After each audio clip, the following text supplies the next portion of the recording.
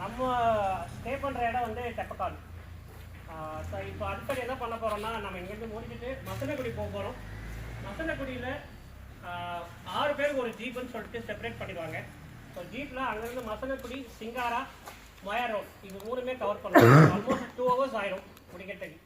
So உங்களுக்கு luck இருந்தால் யானையோ, சிறுத்தையோ, புள்ளியோ, கரடி, காட்டுப்பன்றி, இருவாச்சி பறவைகள் இது எல்லாமே பார்க்கலாம்.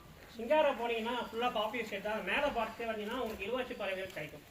ஸோ அந்த இருவாச்சி பறவைகளை பற்றி நம்ம விரிவாக நாளைக்கு பேசுவோம். அதே மாதிரி நீங்கள் போகிற இடத்துல ஜீப்பை ஒட்டி எக்காரணத்துக்கு வந்து இறங்கிடாதீங்க. இப்போ கொஞ்சம் தூரத்தில் யானை இருக்குது அப்படின்னு நினச்சிட்டு அது கூட இறங்கி ஃபோட்டோ எடுக்கணும்னு இறங்கினீங்கன்னா பின்னாடி இருந்து இன்னொரு யானை வரும். ஸோ உங்களால் கணிக்கவே முடியாது. ஸோ அதனால் எந்த காரணத்தை கொண்டும் இறங்கக்கூடாது வண்டியிலேருந்து. ஸோ இது வந்து சைக சஃபாரி. இந்த இடத்துல நீங்கள் ரோட்டில் எங்கேயாச்சும் நின்று இறங்கிட்டு அங்கே நின்னா 10,000 ரூபாய் ஃபைன் போடுவாங்க. ஸோ டைகர் ரிசர்வில் இந்த மாதிரியான இன்ஸ்ட்ரக்ஷன்லாம் கொடுத்துருவாங்க. ஏன்னா அது உங்கள் சேஃப்டிக்காக தான். ஏன்னா வண்டியில் இருக்க வரைக்கும் நம்ம எந்த பிரச்சனையும் கிடையாது. வண்டி விட்டு கீழே இறங்கிட்டோம் அப்படின்னா என்ன நடக்கும்னு சொல்ல முடியாது. ஐயா வந்துருங்க ஐயா, உங்களுக்காக மக்கள் சந்தித்தாங்க. நம்ம போயிட்டு அங்கேருந்து மசனக்குடி முடிச்சுட்டு ஒரு சாயங்காலம் வந்துடுவோம். வந்துட்டு திருப்பியும் இங்கே சாப்பாடு ரெடி ஆயிடுங்க. சாப்பிட்டு முடிச்சுட்டு நம்ம நைட்டு அங்கே ஆல்ட் ஆயிடும். கொஞ்சம் பேர் இங்கேயே தங்குறாங்க.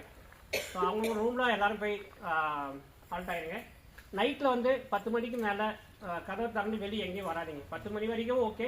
அதுக்கு மேலே தயவு செஞ்சு வெளியே வராதிங்க. உங்கள் ரூமுக்கு வெளியவே உள்ளேருந்து பார்க்குற மாதிரியான அறைகள் இருக்கும். அதுலேருந்து நீங்கள் வெளியே பார்த்துங்க. அங்கேயே வந்து பக்கத்தில் உங்களுக்கு மான்கள் வந்து மேயும். ஸோ இங்கே ஏன்னா இது புலி இருக்கிற காடு நமக்கு வந்து, அதனால தான் இங்கே சேஃப்டி இன்ஸ்ட்ரக்ஷன்ஸ் கொடுத்துட்றோம். இதே மாதிரி இங்கே காட்டு பன்றிகளும் அதிகம். ஸோ வந்து ஒரு முட்டிச்சுன்னா உங்கள் கால் உடஞ்சிரும். அந்தளவுக்கு ரொம்ப டேஞ்சரஸானது. ஸோ அதனால் ரொம்ப கவனமாக இருக்கணும். குழந்தைங்கள வச்சுருக்கீங்க, கொஞ்சம் நீங்கள் கேர் எடுத்துக்கோங்க. சரிங்களா? நம்ம இருக்க இடம் வந்து ஒரு புலி வாழக்கூடிய காடு. சரிங்களா?